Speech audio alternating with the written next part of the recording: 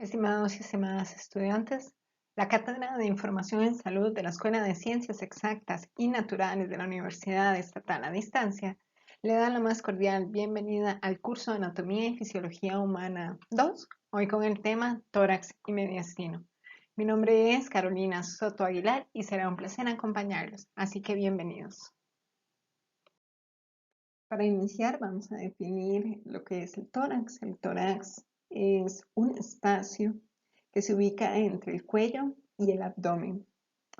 Este está conformado por una cavidad abdominopélvica, que es un área inferior donde podemos encontrar estructuras como el hígado, el páncreas, el tracto gastrointestinal, el vaso, las vías urinarias. Y en la parte superior podemos identificar lo que es el corazón, los vasos sanguíneos, la tráquea, por ejemplo, el esófago y los pulmones. Además de la anatomía interna, podemos hacer referencia a la anatomía superficial del tórax. Algunas áreas que nos sirven para ubicarnos y realizar descripciones pueden ser, por ejemplo, el arco costal que se visualiza en ambas imágenes. Podemos identificar también lo que son la incisura yugular, por ejemplo, estructuras como la clavícula, estructuras como la glándula mamaria. Nos permiten también determinar la ubicación de los órganos internos.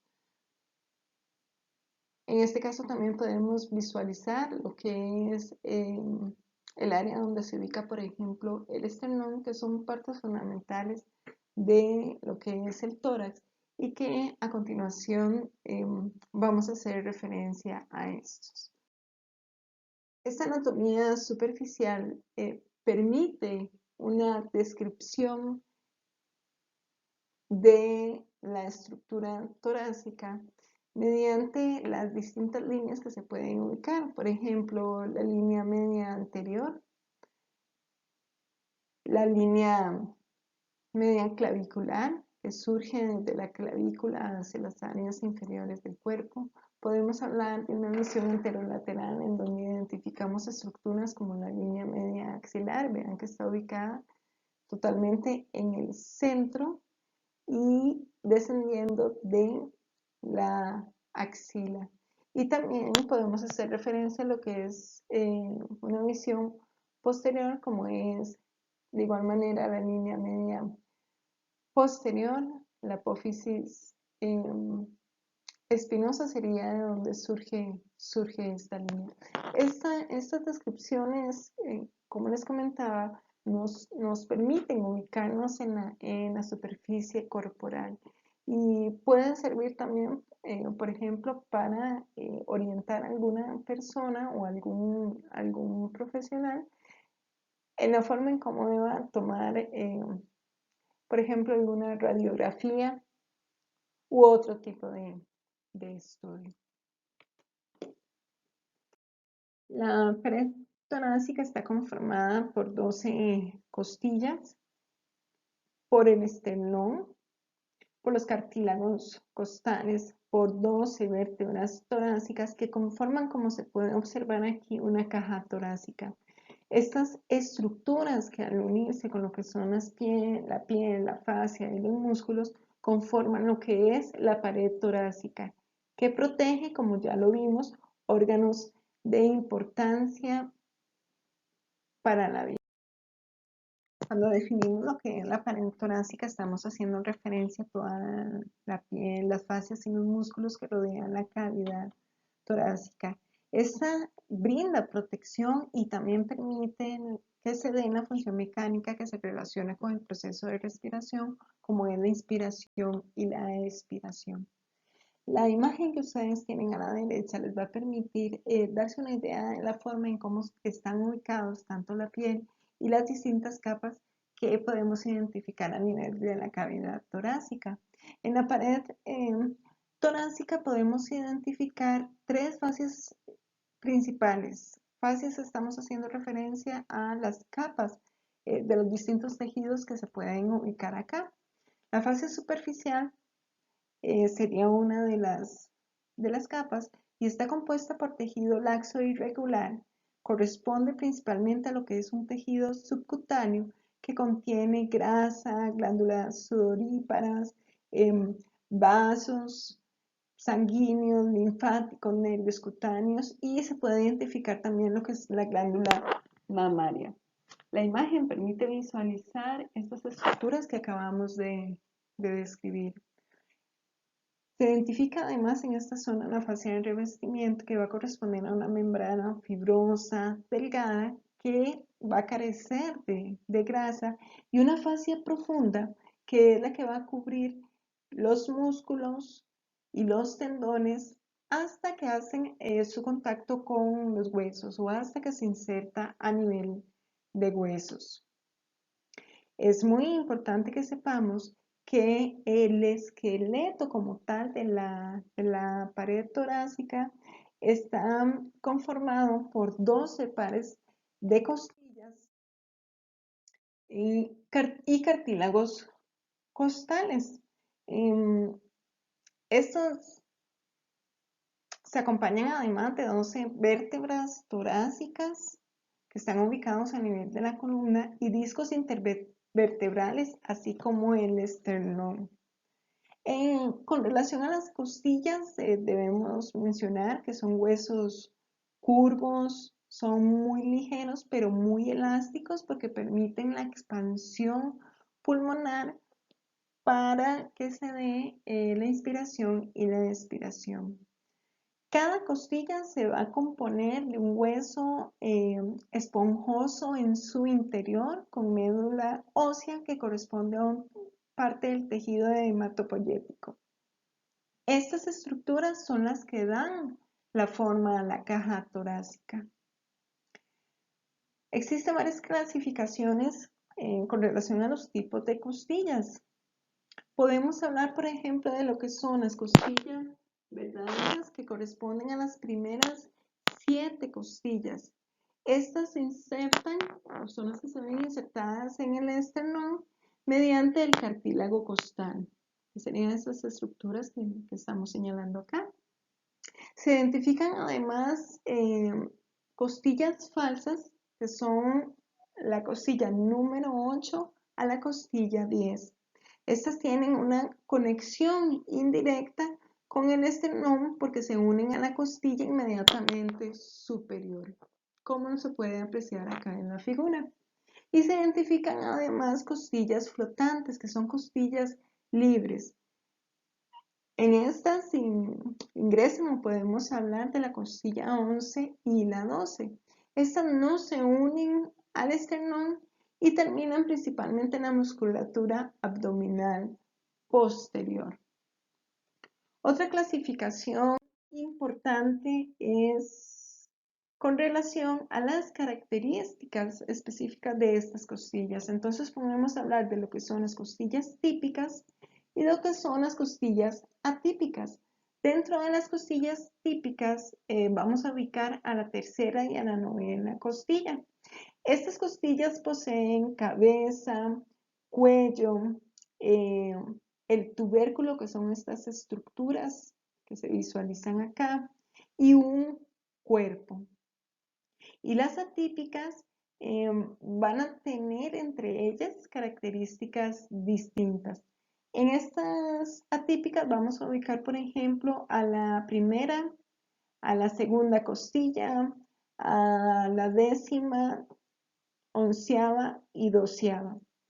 Algunas características, por ejemplo, con relación a la primera costilla, podemos decir que es una costilla mucho más ancha, es más corta, es curva, posee una carilla en la cabeza para la articulación con la T1 y posee además 2 surcos transversales por donde se insertan los vasos subclavios. Con relación a la segunda costilla, esta es mucho más delgada, es menos curva que la primera. Posee 2 carillas para su unión con las vértebras T1 y T2 y otro tubérculo para la inserción muscular. ¿Cómo se puede visualizar acá? La costilla doceava, así como la décima y la onceava, solamente posee una carilla para la cabeza. ¿Cómo se puede visualizar en estas dos últimas? La onceava y la doceava son costillas mucho más cortas y no cuentan con cuello ni con tubérculos para que se den las uniones. Con relación a las vértebras torácicas, debemos recordar que son 12 huesos que poseen características especiales. Estas poseen arcos costales o arcos neuronales, que es el agujero que se visualiza por donde se introduce lo que es la médula. Estas poseen 7 apófisis, ¿verdad? Estas estructuras que son las que permiten que entre ellas se unen. Algunas características son, por ejemplo, que poseen pequeñas superficies planas, que se les conocen como fositas costales en su estructura, para la articulación con la cabeza de las costillas, por ejemplo. Estas fositas costales en las apófisis transversas permiten esa unión entre ellas. Las apófisis espinosas permiten, o mejor dicho, se van a proyectar desde los arcos vertebrales de las vértebras torácicas típicas, son mucho más largos, van a seguir una inclinación inferior y la relevancia de estas vértebras es que impiden que objetos punzantes afecten el conducto vertebral y de esta manera lesionen la médula espinal. Como podemos observar acá, nada más para tener una visión más clara, son 12 vértebras cuyas características varían según su ubicación. Tenemos, por ejemplo, de la T1 a la T4, que estas vértebras poseen carillas articulares para la articulación costotransversas. Además, poseen semicarillas para la ubicación, por ejemplo, o para la unión entre la primera y la segunda costilla, y se asemejan mucho a lo que son las vértebras cervicales. De las 5 a la 8, hacemos referencia a que son las vértebras torácicas clásicas. De la T9 a la T12 van a hacer referencia a lo que son lumbares, y de la T10 a la T12 una de las características principales es su articulación costal. Esto simplemente es otro ejemplo para que ustedes tengan un poco más claro lo que son las vértebras torácicas. Es importante que recordemos que nuestro cuerpo posee distintas articulaciones que le permiten la movilidad, y en la pared torácica no es la excepción. Sin embargo, estas articulaciones ubicadas en esta zona tienen un arco de movimiento reducido. Cualquier afectación en esta articulación puede limitar la capacidad de respiración de las personas. Muy importante es que recordemos que existen, por ejemplo, articulaciones costovertebrales que se van a vincular, por ejemplo, con las costillas típicas, y en este caso en dos lugares específicos, lo que son en las articulaciones de las cabezas costales y en las articulaciones costotransversas. Se pueden identificar también articulaciones costocondrales, que son aquellas que se van a ubicar, por ejemplo, entre una costilla y su cartílago. Por ejemplo, articulaciones ipsicondrales que van a unir, digámoslo así, por ejemplo, articulaciones entre los bordes adyacentes, por ejemplo, de la sexta, la séptima, de la séptima y la octava, de la octava y la novena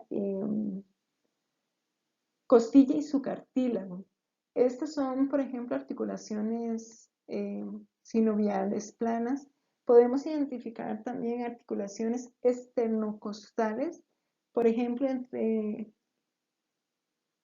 de la primera a la séptima costilla, se van a articular por cartílagos costales en sus bordes laterales.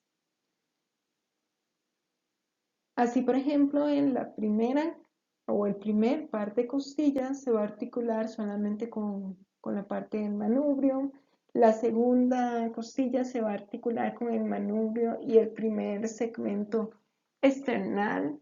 En la tercera y la quinta, por ejemplo, se van a articular con la segunda, con el segmento segundo y tercero external.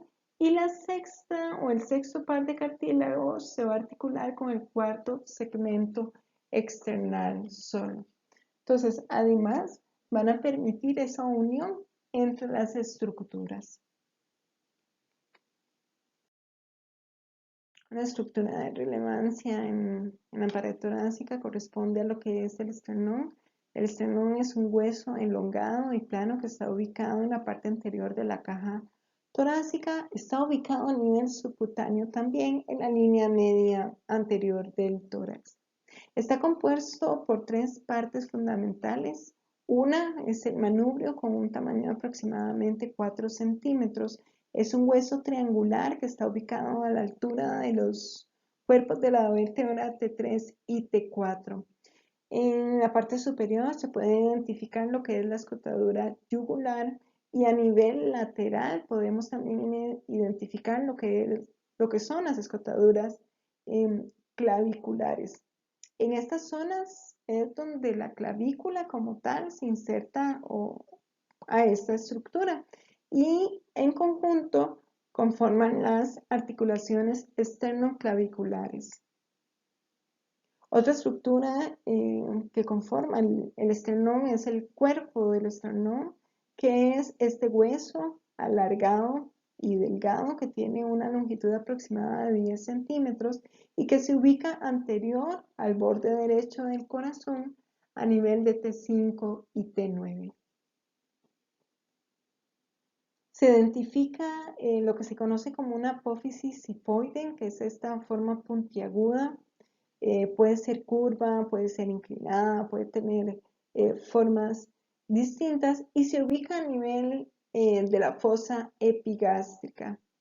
En esta pequeña depresión donde se unen los bordes costales formando el ángulo infraesternal. Esto se suscita a nivel de la altura de la T10.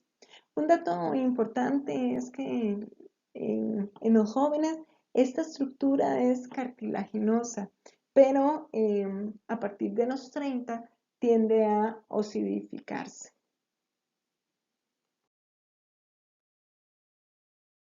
La pared torácica también cuenta con músculos que intervienen en, por ejemplo, en la elevación de las costillas o en descender las costillas. Estos músculos, por ejemplo, son el serrato posterior superior, el elevador de la costilla, el intercostal externo, el intercostal interno, el transverso del tórax. Esta imagen que ustedes visualizan pueden darse una idea de cuál es la distribución específica en esta pared torácica. Vean el hueso y el músculo como está ubicado, así como vasos como lo son los nervios o arterias principales de esta zona. En relación a la irrigación de la pared torácica, se van a identificar principalmente tres arterias. La arteria torácica, que esta va a correr a través de las arterias intercostales posteriores y subcostales, se va a distribuir hacia los músculos intercostales y la piel supradyacente, a la pleura parietal y a los músculos de la pared anterolateral. Identificamos también en este caso la arteria subclavia, que esta se ubica a través de las arterias torácicas internas e intercostal superior. Va a irrigar las arterias intercostales anteriores hasta los espacios intercostales del 1 al 6. Unido a esta encontramos la arteria axilar, que se va a ubicar a través de las arterias torácicas superior y lateral. Es sumamente importante que sepamos, cómo se visualiza en la imagen, que las arterias viajan junto a las venas intercostales, que son mucho más externas. Entonces se identifican 11 venas intercostales posteriores y una subcostal. Las venas intercostales posteriores se van a unir a las venas intercostales anteriores.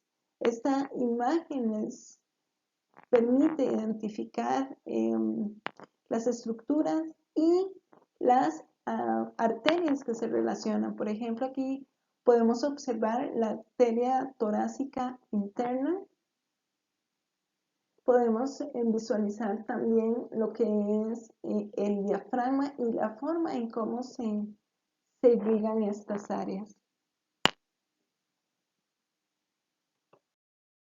Hay otra estructura fundamental que es y se le conoce como el mediastino. Es importante que sepamos que la cavidad torácica va a contener eh, órganos como son los pulmones y las pleuras, que son membranas de revestimiento serosas que cubren a los pulmones, además de cubrir esta estructura que es el mediastino. El mediastino es un compartimento que va a contener órganos como son el corazón, los grandes vasos y otras estructuras. El mediastino corresponde a un compartimento central de la cavidad torácica.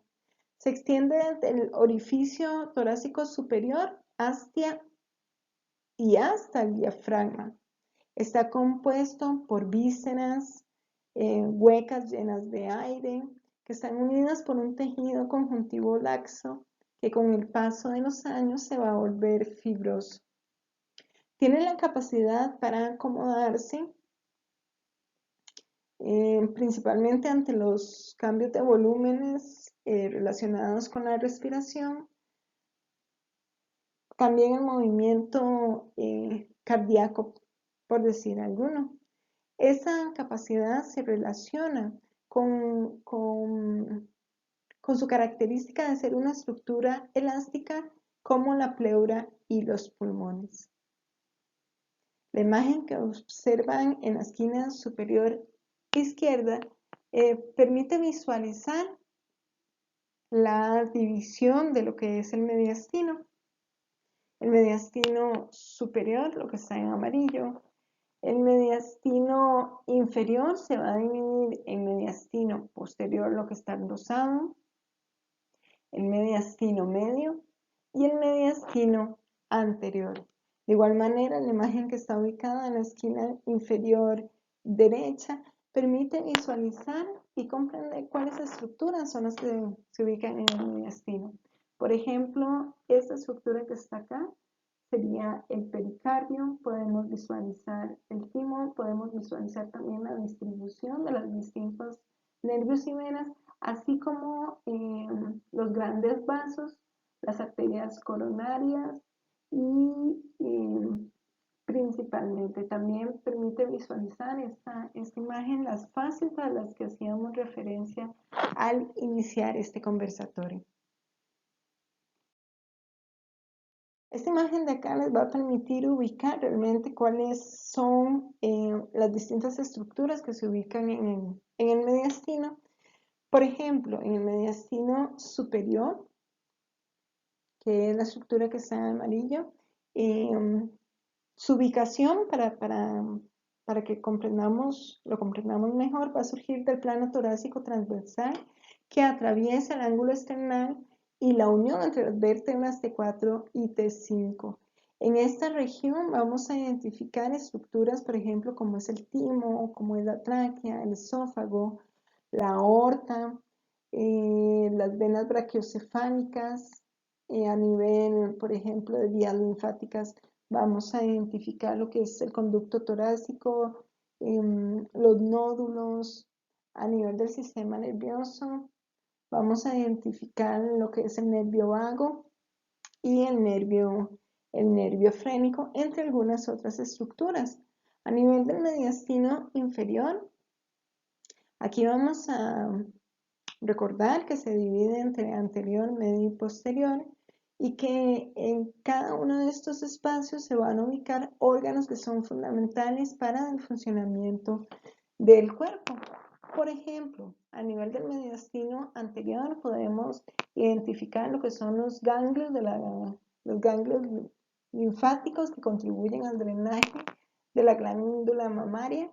A nivel de mediastino medio podemos visualizar también lo que es el pericardio, por ejemplo, con los vasos cardíacos, haciendo referencia principalmente a la aorta ascendente, tronco pulmonar. Podemos también visualizar lo que es el nervio frénico, por mencionar algunos.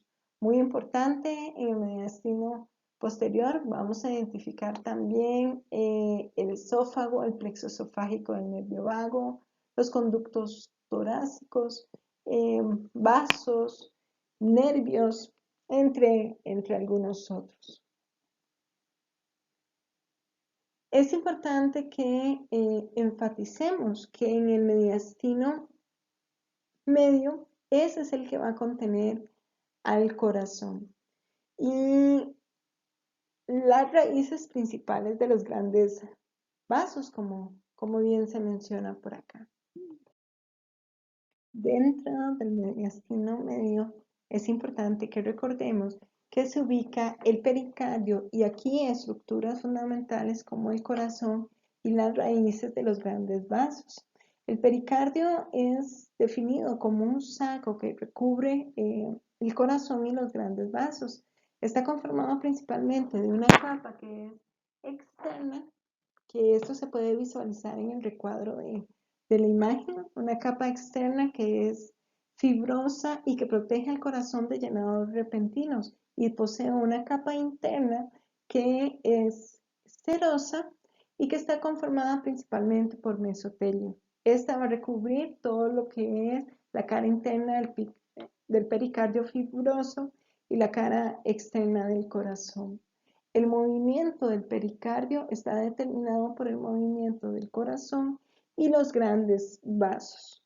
Un tema relevante es el corazón, sin embargo no vamos a andar mucho en el mismo, ya que va a ser un tema que se va a tratar en otro momento. Pero vamos a hacer referencia a que el corazón es una bomba que es autorregulada, que impulsa la sangre por todo nuestro cuerpo y la provee de sangre oxigenada.